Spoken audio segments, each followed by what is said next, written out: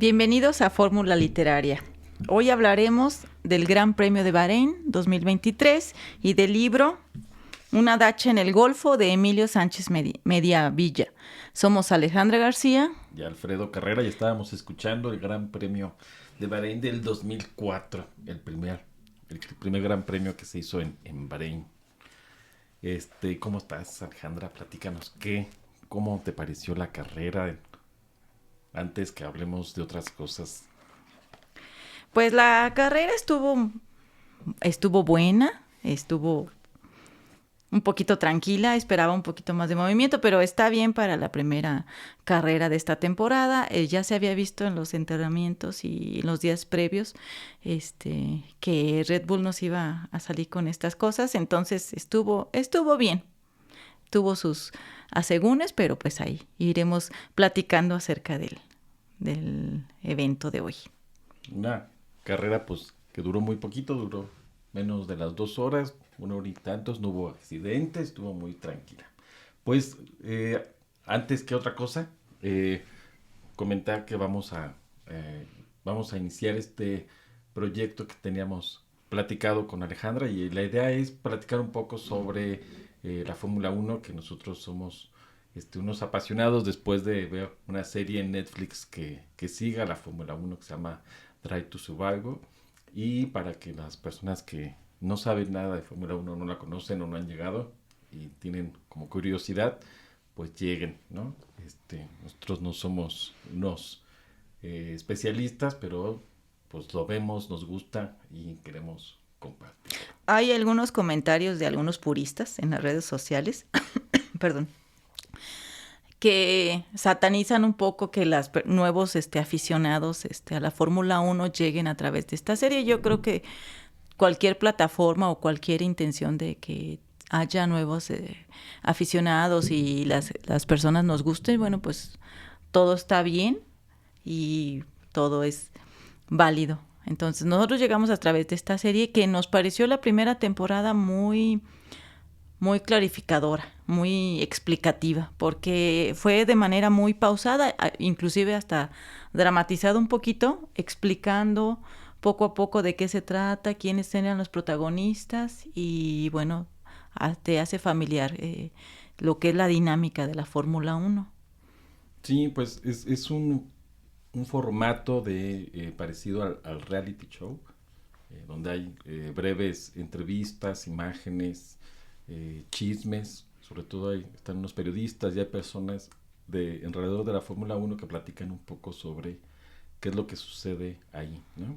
Habrá que ir platicando algunas cosas, como que hay 10 equipos con 2 pilotos cada uno, o sea, son 20 automóviles en la pista, y se hace una temporada anual. Hay 23 carreras. En este año va a haber 23 carreras, se va a haber 24, pero se canceló la de China, porque todavía están en pandemia. Y van viajando por todo el mundo, ¿no? Entonces por eso se le ha llamado el Gran Circo, porque como los circos llegan, montan, ponen cámaras, micrófonos, todos los instrumentos, y empiezan a hacer unas pruebas libres que son los viernes. Bueno, desde los jueves llegan a conferencias de prensa, a hacer promoción de alguna cosa, hacen prácticas libres 1 hora, 2 horas los viernes. Y el sábado hacen una última práctica, y el sábado también es la clasificación. La clasificación es muy interesante y divertida y estresante, porque es cuando van a definir cómo van a salir de la parrilla al siguiente, el día de la carrera, el domingo. Entonces los 20 pilotos participan, se van como descartando de 5 en 5. La Q1, pues están los 20 participantes, los 5 tiempos más rápidos.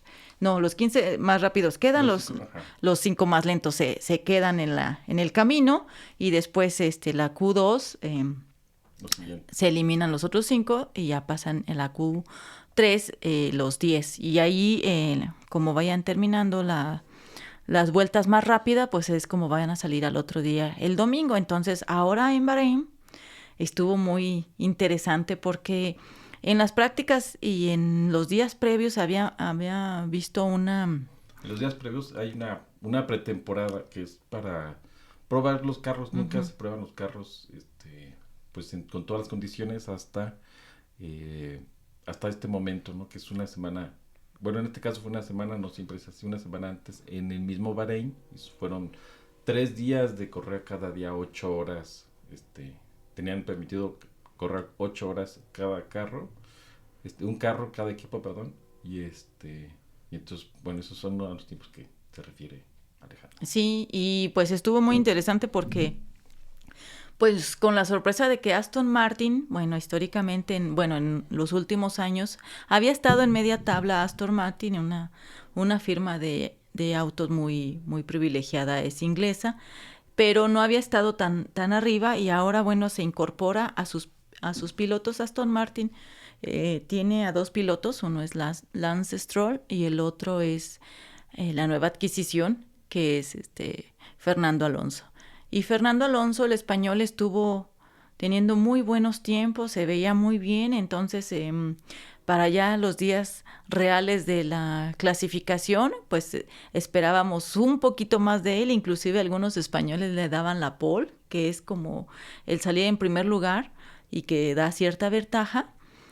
Pero, y bueno, yo caí también, pensé que iba a hacer una pole o por lo menos iba a estar en primer lugar al otro día. Y pues no le fue tan bien a Aston Martin.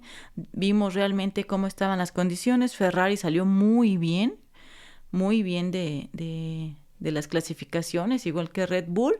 Y atrás un poquito se quedó Hamilton y Russell de Mercedes. Y ya, bueno, la tabla se fue dilucidando con los otros equipos y bueno, pues estuvo muy, muy interesante el Gran Premio. Estamos emocionados porque pues para los que no saben, pero pues quedó en segundo lugar nuestro Checo Pérez. Sí, pues antes que lleguemos más a la carrera, habrá que mencionar que se corre en Bahrein, que Bahrein es un país que está en el Golfo Pérsico, que es un archipiélago de 33 islas. Que bueno, hay todo un asunto político muy, muy especial porque es un país que está en esta confederación de países árabes. Es como eh, que son varios países de la región que están unidos, ¿no? Para algunos asuntos políticos y económicos. Pero Bahrein es de los más pequeños, es el más pequeño de todos. Tiene una gran producción, en principio, de perlas, de perlas y también de petróleo, ¿no? Tienen muchísimo dinero. Y quien es el rey que es el gobernante, la familia real tiene la propiedad de 30 de las 33 islas, o sea que no mucha gente puede estar en esos espacios. O sea, tienen un país a la mitad y además casi la mitad de la población es extranjera. Bueno, como países árabes no pueden tomar alcohol, está prohibido. Sin embargo, hay hoteles de 5 estrellas y algunos lugares donde hay alcohol.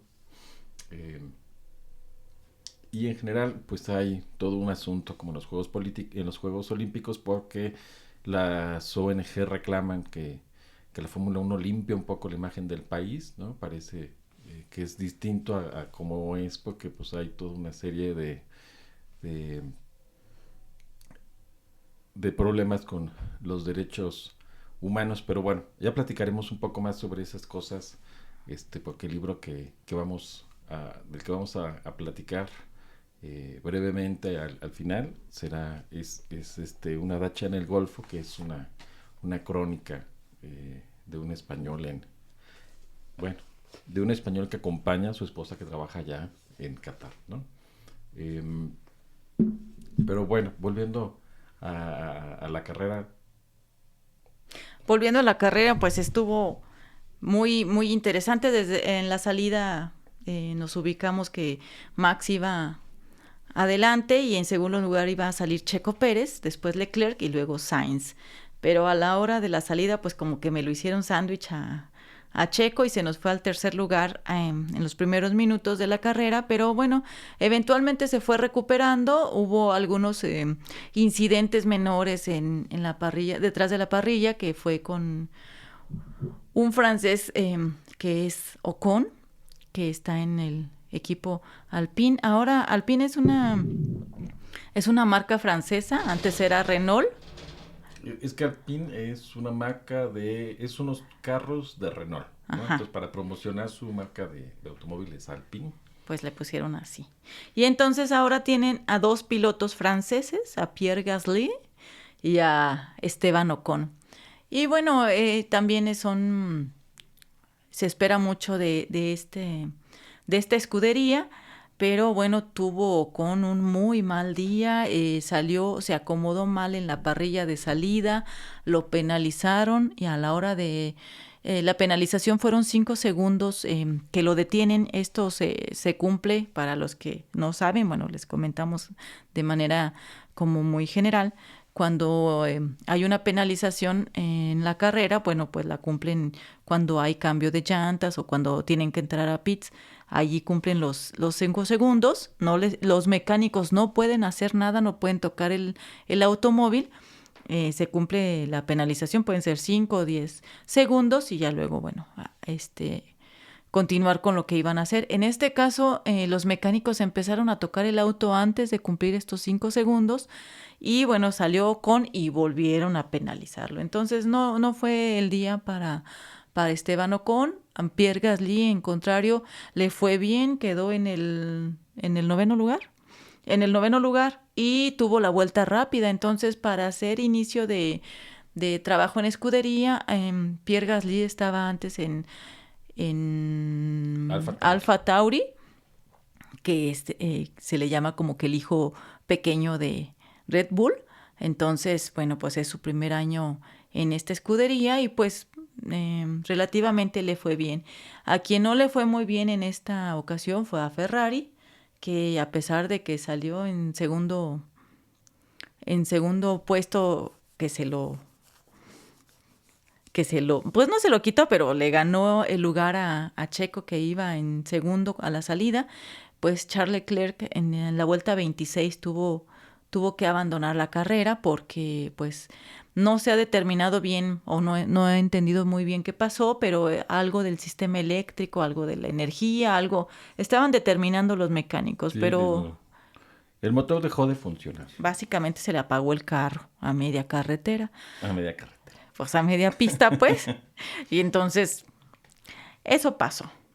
Vale decir que, bueno, que el primer Gran Premio fue en el 2004.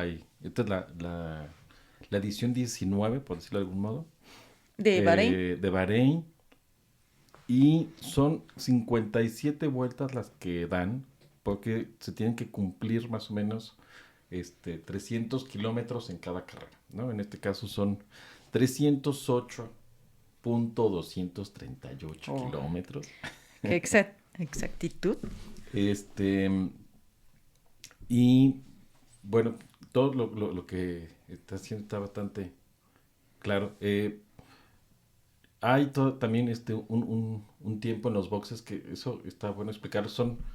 Pierden 19 segundos porque tienen que ir a un límite de velocidad de 80 kilómetros por hora, que también fue otro de los problemas con Ocon.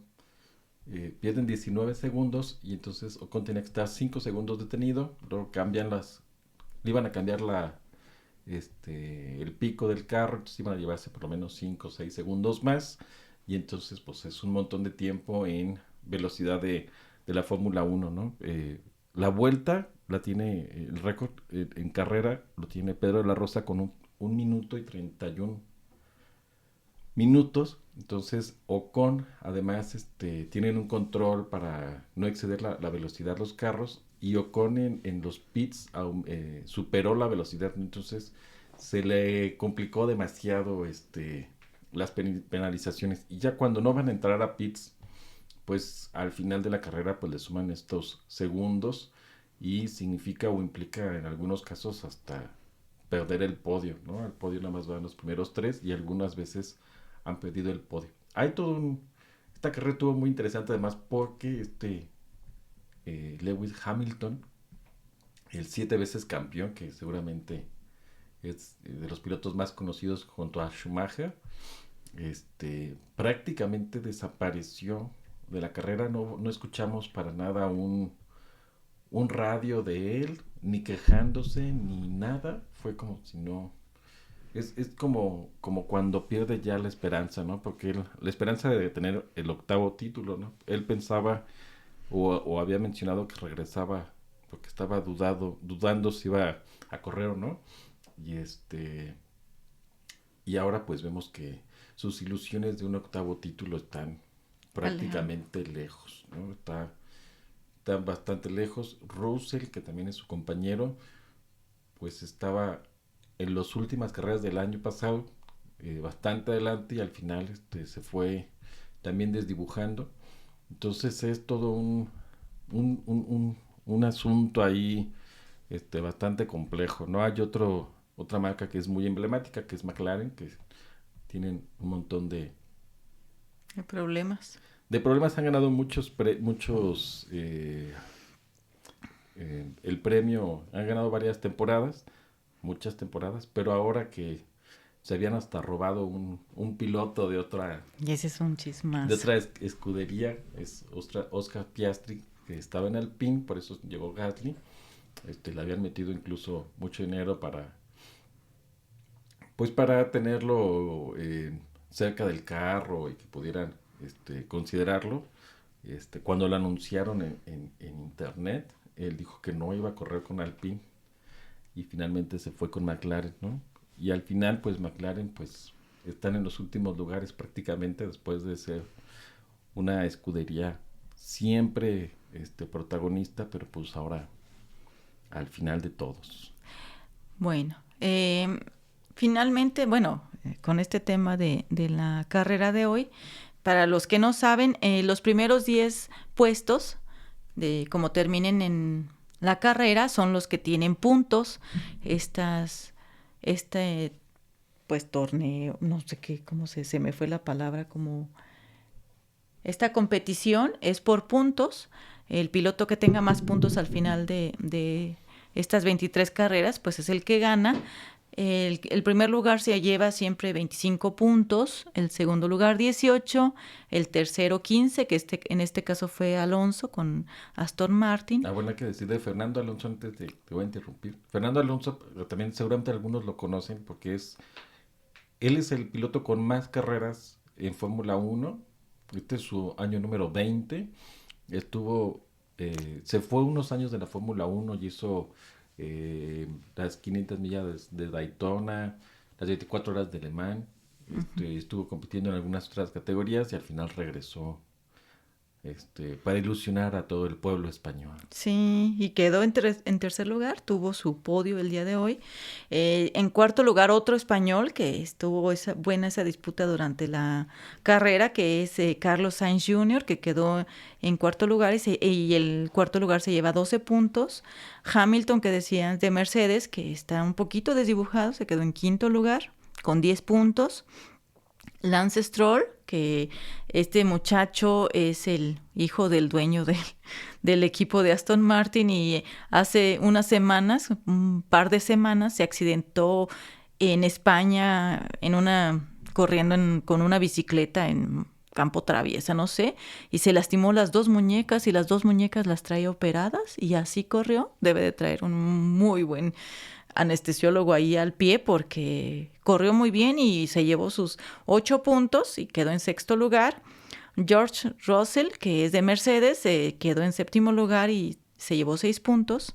Valtteri Bottas, que ahora está en Alfa Romeo, es su segundo año con Alfa Romeo, antes estaba con Mercedes, era el Sancho Panza de Hamilton, ahora Bottas está en Alfa Romeo, se quedó en el octavo lugar y tuvo 4 puntos.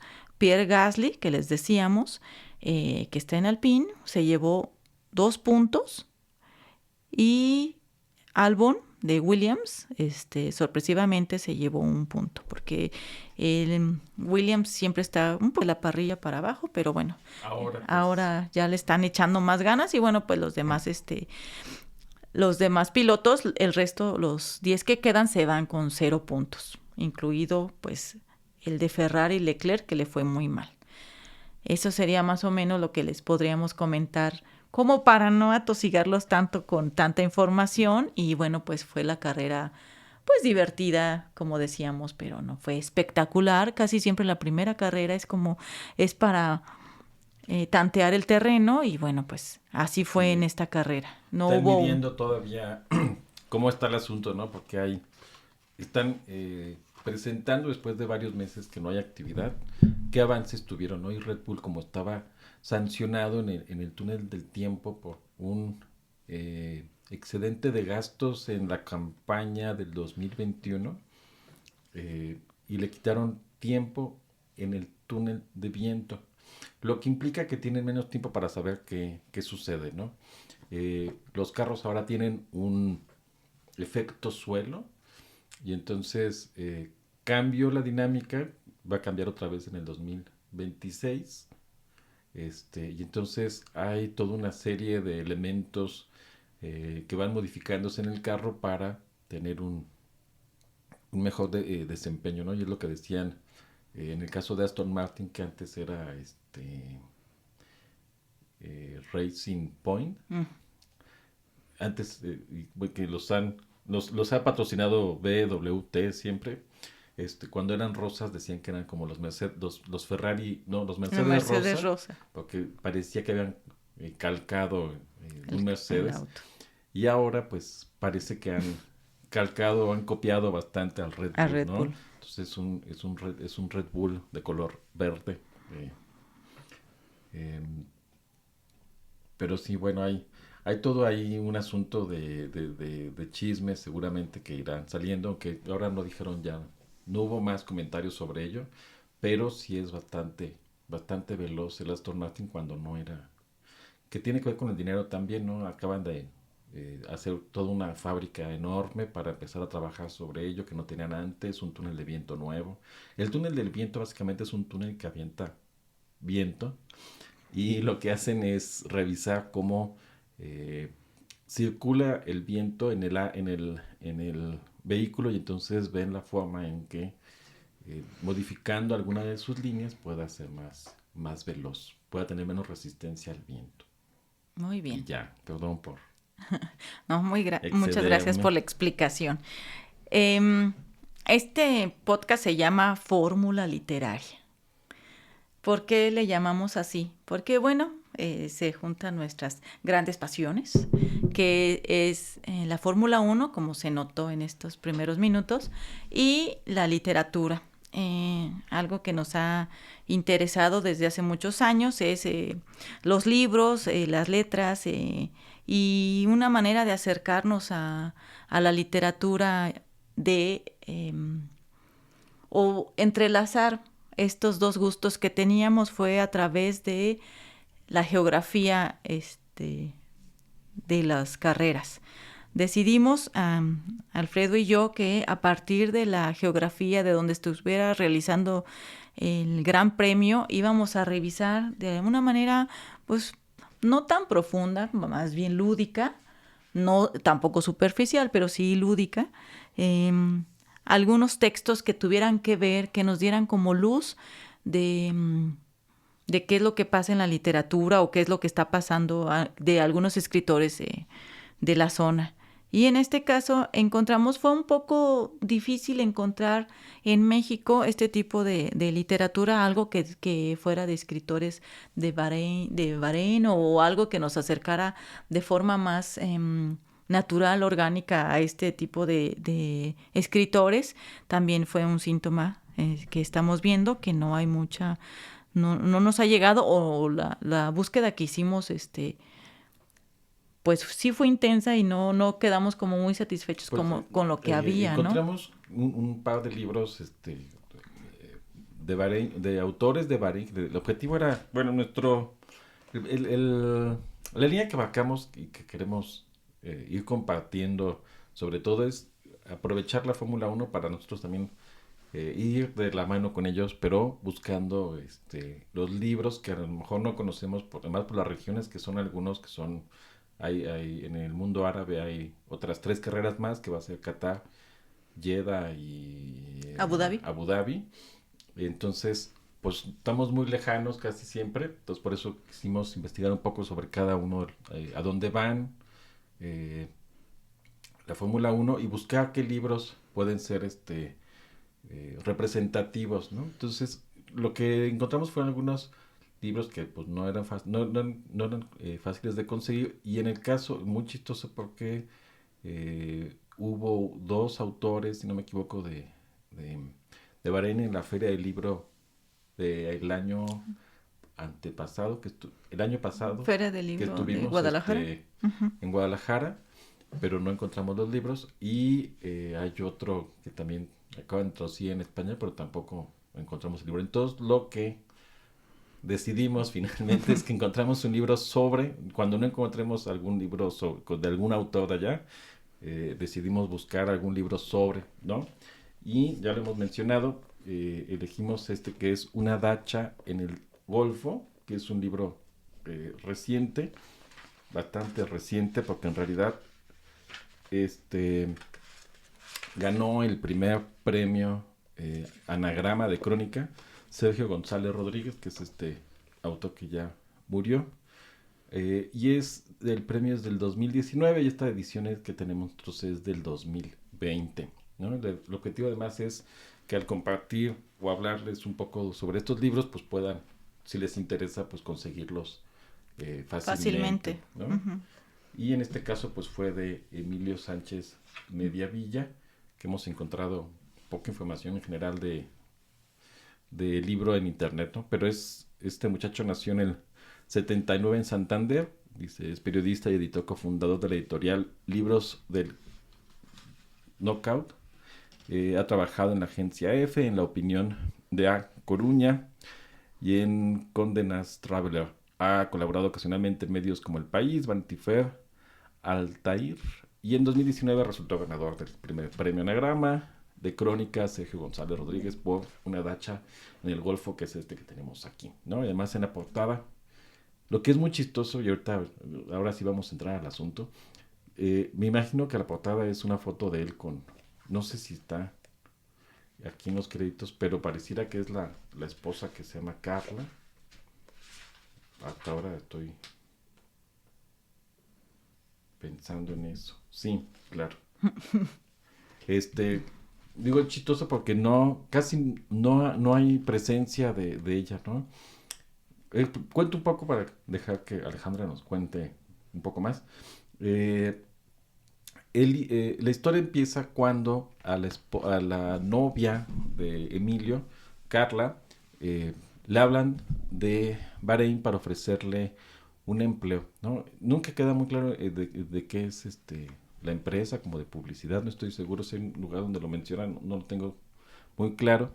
Y ella pues se va a Bahrein, y la forma en que pueden vivir juntos por los usos y costumbres de Bahrein pues es casarse, ¿no? Entonces se casan, y al año y medio va Emilio a acompañar a Carla, y además como Carla está en una empresa importante, vive en no es una de seguridad, vive en un hotel, y cuando llega Emilio, finalmente compran una casa, una dacha, que está muy al norte del país, que es un decir, ¿no? Porque es una zona donde no están pues los extranjeros. Esta palabra desde el inicio, una dacha en el Golfo, es un poco lejano para nosotros porque, bueno, no tenemos ni siquiera claro qué es una dacha. Entendiéndolo, no, tampoco lo clasifica así específicamente qué es, pero bueno, esta crónica a través de como las vivencias del escritor nos va acercando a la vida cotidiana de lo que está pasando allí en Bahrein. Nos acerca, está dividido, son 200 páginas, es un libro realmente corto, son 14 pequeños segmentos que lo podríamos llamar como bitácoras, no sé, no llega, pues no podría ser un cuento porque no tiene ficción, pero está relatado de manera muy, hasta creo que como el mismo escritor, como muy tranquila, como muy, pues como muy ligera, y son realmente acontecimientos muy fuertes los que está narrando de lo que está viviendo él. Desde que llegan a vivir a Bahrein, nos hace una crónica de cómo es la vida ahí, cómo él tiene la intención de aprender el idioma y cómo se le va dificultando, pero tiene todas las ganas de realizarlo. Como en en esta intención le llama inclusive al primer momento un espejismo, ¿no? Como a través de una reflexión que tiene del desierto, de lo que está pasando, está relacionando con cómo vivir en Bahrein. Y luego, bueno, está el segundo momento, le llama un lugar, y es a donde llegan a vivir, como decía Alfredo, como Carla llega a Atlilla, se llama, que es como donde, es que se me complicó mucho la lectura de este libro. Los nombres para mí son un poco, bueno, para la mayoría de las personas mexicanas, son nombres lejanos, es un poco hasta complicado de pronunciar, ya no me imagino aprender el idioma, debe de ser un poco más complicado para este español que llegó allá a vivir. Y entonces nos relata cómo Carla está viviendo en en un hotel durante mucho tiempo antes de tener la casa, la dacha que están buscando, y bueno, pues nos relata cómo hay esta parte como muy occidental dentro de la misma Atlilla, donde, bueno, encuentran hasta una vinoteca que se llama Barcelona, que es como muy occidental, donde el restaurante también, donde llegan muchas personas de este lado del mundo a hospedarse, y ven como esta parte, pues como amable del lugar, ¿no? Como lo que ven los extranjeros, que hay muchísimos extranjeros. Y bueno, como nos va relatando un episodio por ejemplo, de un poeta, donde se ve claramente cuáles son los grandes tabúes del mundo árabe que no se pueden hablar en este mundo, que es sexo, política y religión. Los extranjeros no se deben de involucrar en este tipo de conversaciones, porque, bueno, aparte de que no vamos a entender muy bien su idiosincrasia, bueno, pues estamos un poco lejanos a esto, ¿no? Y bueno, también nos hace un recorrido de cómo consiguen esta casa, cómo su agente inmobiliario, bueno, pues los lleva a recorrer muchos lugares que están fuera de su alcance, hasta que encuentran esta dacha en el Golfo, que es como... Además es un personaje muy Sí, interesante que va en un jeep y fuma todo el tiempo. es, es el clásico, no es el clásico vendedor que uno se podría imaginar de estos espacios, ¿no? Y bueno, ya finalmente cuando tienen esta dacha, pues como llegan a un espacio de tranquilidad, de paz, y a partir de allí él empieza a hacer su vida cotidiana, ¿no? Entonces hay una reflexión acerca del parque, que es la vida callejera de los pueblos, donde están solo los hombres en este parque, y cómo van interactuando los hombres de diferentes edades, de diferentes orígenes, y cómo hay esta interacción social. Es muy, muy interesante cómo se va desarrollando, y bueno, pues a partir de ahí también nos hace una narración ya un poco más fuerte, va llevándonos a un clímax de la narración, que es el puente, que es la descripción de un puente que une Arabia Saudita con Bahrein, donde muchas personas han atravesado este puente. Es como una tradición, dice, muchos amigos del parque habían atravesado Arabia Saudí en alguna ocasión camino a la peregrinación religiosa de Kerbala en Irak. Entonces es como muy tradicional este paso y lo que se desarrolla ahí, y bueno, pues a partir de la mitad del libro nos expone una situación completamente diferente y fuerte, que es la perla, no sé. Bueno, hay varias cosas ahí. Por ejemplo, el puente es característico porque no pueden recorrerlo, bueno, no pueden cruzar de un lado a otro los extranjeros porque Arabia Saudita nada más da visas cuando hay situaciones particulares, yo creo que como visitar la Fórmula 1, seguramente, eh, y solamente se les da a personas que viven o que son de la región, ¿no? Hay eh, varios momentos en lo que, lo que nos habla Emilio es de cómo entender el mundo que pasa o lo que pasa en Bahrein, ¿no? Sobre todo se centra todo o empieza a girar todo el libro sobre la Plaza de la Perla, que el 14 de febrero del 2001, cuando está la primavera, están intentando cambiar que se modifique la forma de gobierno y al final hay una masacre ahí terrible. eh, Cuando van al hospital a que revisen a los heridos, llega ahí el ejército también, dice que los médicos están involucrados, torturan médicos, entonces hay toda una serie de eh, vínculos con el 14 de febrero del 2001, siempre está mencionándose y además esta Plaza de la Perla la pueden googlear porque aparecen los antes y el después y hay muchísima información, ¿no? Lo que hace aquí Emilio es que nos cuenta básicamente todo lo que sucedió en este 2001 a partir de lo que le cuentan ahí mismo, que es como la labor del periodista más que lo que hay en internet, ¿no? Eh, que hay me, como verdades a medias quizá, ¿no? Y a partir de ahí lo que va a estar haciendo Emilio es contar sobre todo lo que sucede en el país, ¿no? La diferencia o el problema que hay es que hay dos corrientes religiosas, los chiitas y los suníes, y a los chiitas pues no los quieren en ningún lado, eh, están bloqueados por el gobierno, entonces es una situación finalmente religiosa nuevamente, pero siguen siendo de la misma religión, pero tienen corrientes distintas y por eso hay todo un asunto, ¿no? Aunque hay demasiados extranjeros. Y entonces a partir de todo esto hay una serie de levantamientos continuos, ¿no? Hay quema de llantas a cada rato, hay una canción sobre la quema de llantas que tienen.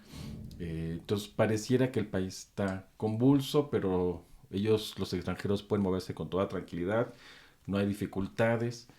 Y lo que mencionaba Alejandra es que a la empresa de la esposa contratan una empresa de seguridad y lo que hace la empresa de seguridad nada más es mandar un PDF avisando dónde es que va a haber cierres y quema de llantas y cosas por el estilo, o dónde son las zonas problemáticas de la ciudad, pero dice que nunca latinan, ¿no? Es como que está muy bien su contratación, pero que no logran avisarle exactamente dónde están, ¿no?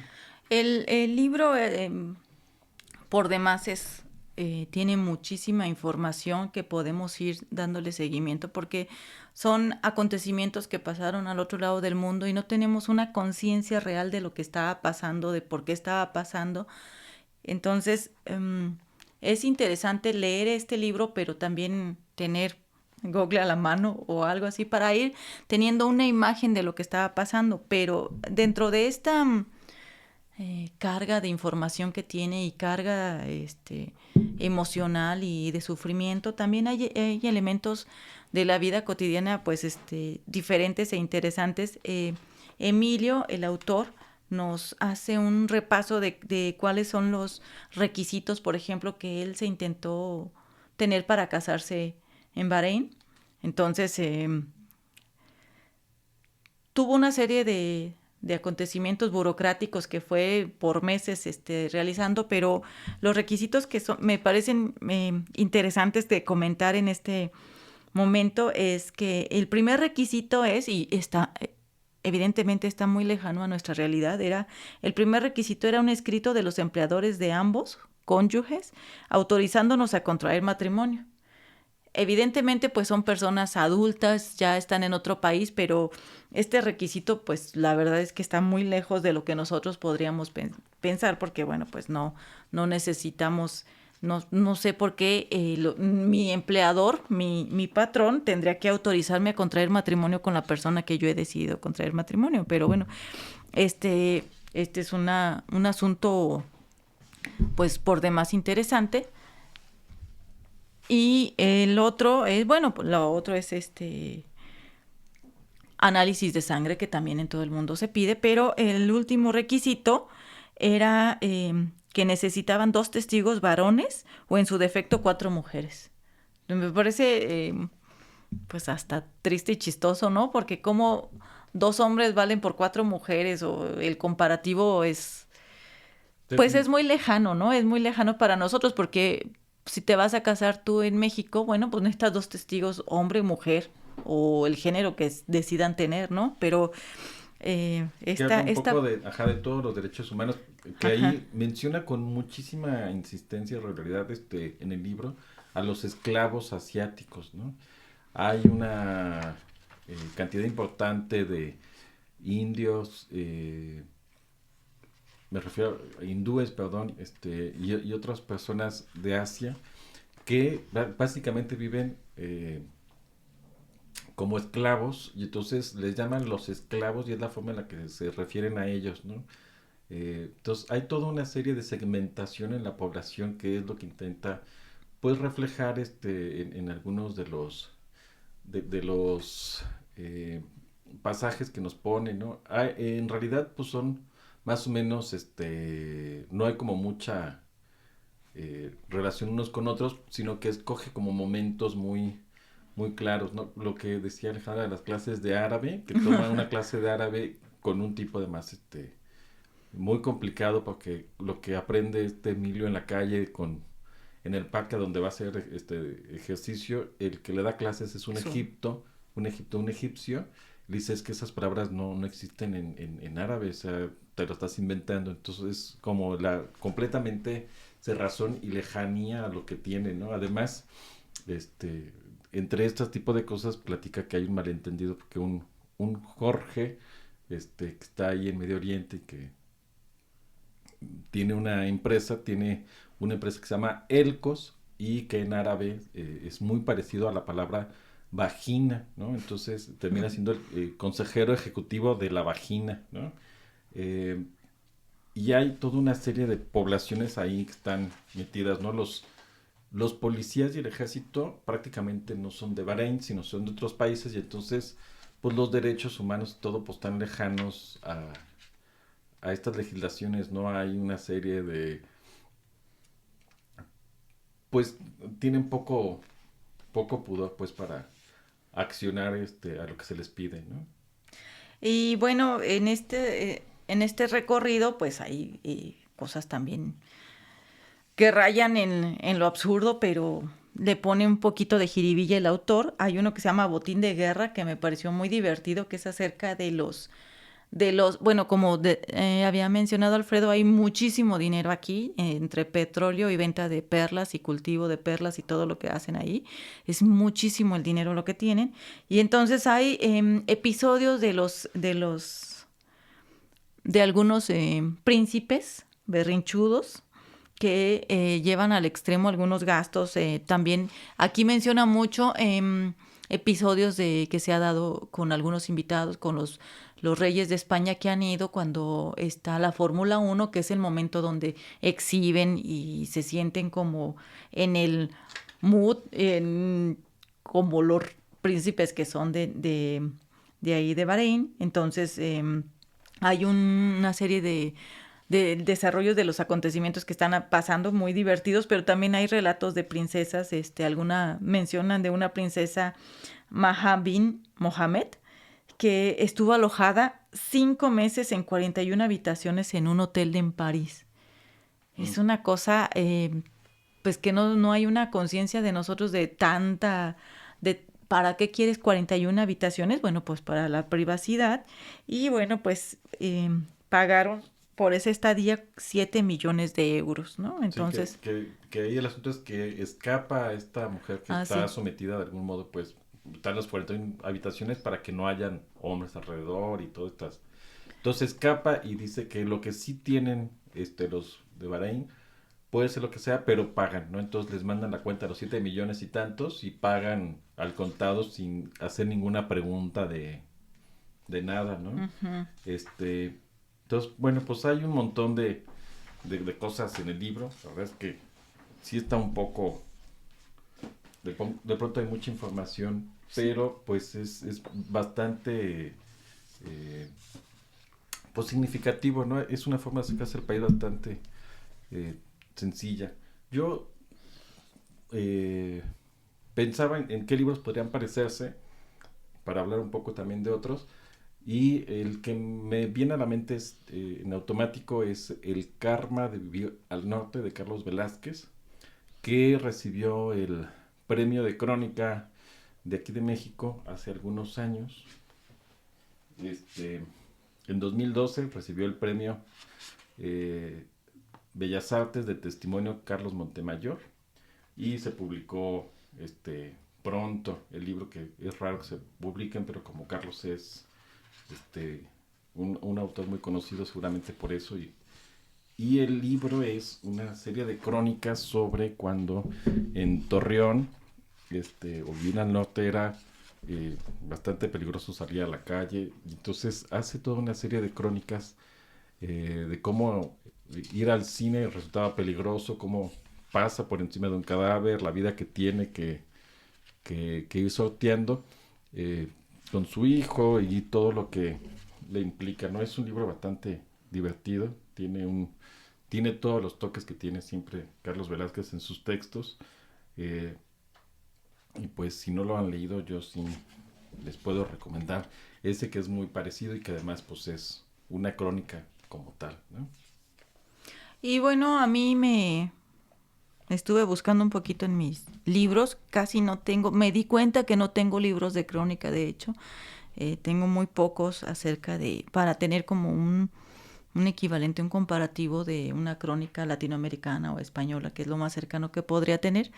Pero encontré en mi biblioteca un libro de Silvia Aguilar Seleni, que se llama El libro de Aisha. Yo no me acordaba y Alfredo tuvo a bien recordarme que yo tuve un acercamiento con ella con este libro cuando leí Uno no habla de esto, que es del 2006 y que está muy bueno. Ese libro me gustó mucho porque está muy interesante, es muy esa parte, pero sí me gustó mucho. En este libro se trata de precisamente de que llega una hermana de la autora a México, viene de, no me acuerdo si de Turquía, Creo que sí, no, pero bueno, de la bueno, misma zona que estamos de la misma platicando. zona que estamos, y lo que pasa es que es la transformación porque la chica que llega es completamente diferente a la que se fue. De hecho, bueno, pues hasta cambia su nombre, se llamaba Patricia y ahora decide que ella se llama Aisha.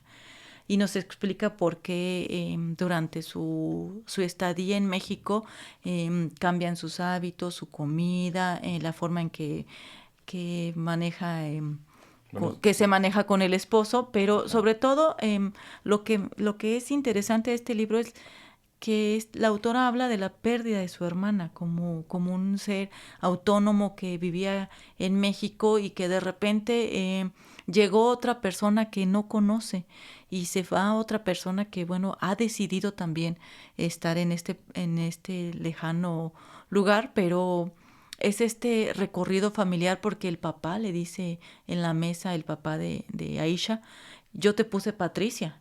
Y es muy duro cuando ella decide, pues no se puede decir renegar, sino cambiar desde su religión y a partir Ahora, de la religión cambia, pues desde los hábitos alimenticios, hay la que, vestido y se casa con se una casa. persona que tiene una religión musulmana, y entonces cuando empieza a transformarse y llega un punto en el que avisa que se va a ir a vivir a Turquía, pero bueno, no le va tan bien como ella está esperando, y hay toda una serie de comunicaciones que estará ahí mencionado en el libro. Y además es como una especie de segunda parte de Una no habla de esto, porque ahí están mencionados también, tiene un poco de Sí, autoficción ajá. los dos libros, y todos están ahí muy comunicados. Hay una parte en la que básicamente uno puede recordar en automático el libro cómo se conecta con el otro, ¿no? Sí, entonces, bueno, pues me pareció eh, que podría acercarse un poco al de Una dacha en el Golfo, este libro de Aisha,